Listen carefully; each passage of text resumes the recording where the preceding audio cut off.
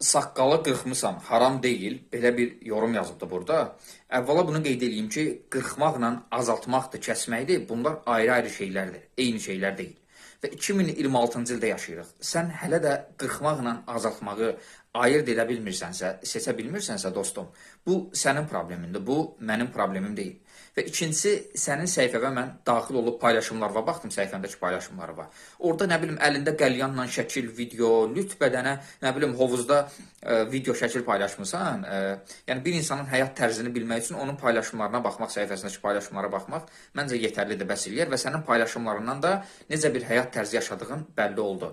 Və bunu da qeyd edeyim ki, sənin kimi insanlar gənclərə, cəmiyyətə yaxşı örnək deyil. Çünki sənə cavanlar, gənclər girib paylaşımlarına baxa bilər ki, əlində qəlyanla, nə bilim, lütbədənə hovuzda şəkil, video paylaşmısan. Məncə sən səhifəndəki paylaşımlara çəki düzən verib, sonra gəlib burada halaldan, haramdan danış. Yəni sənin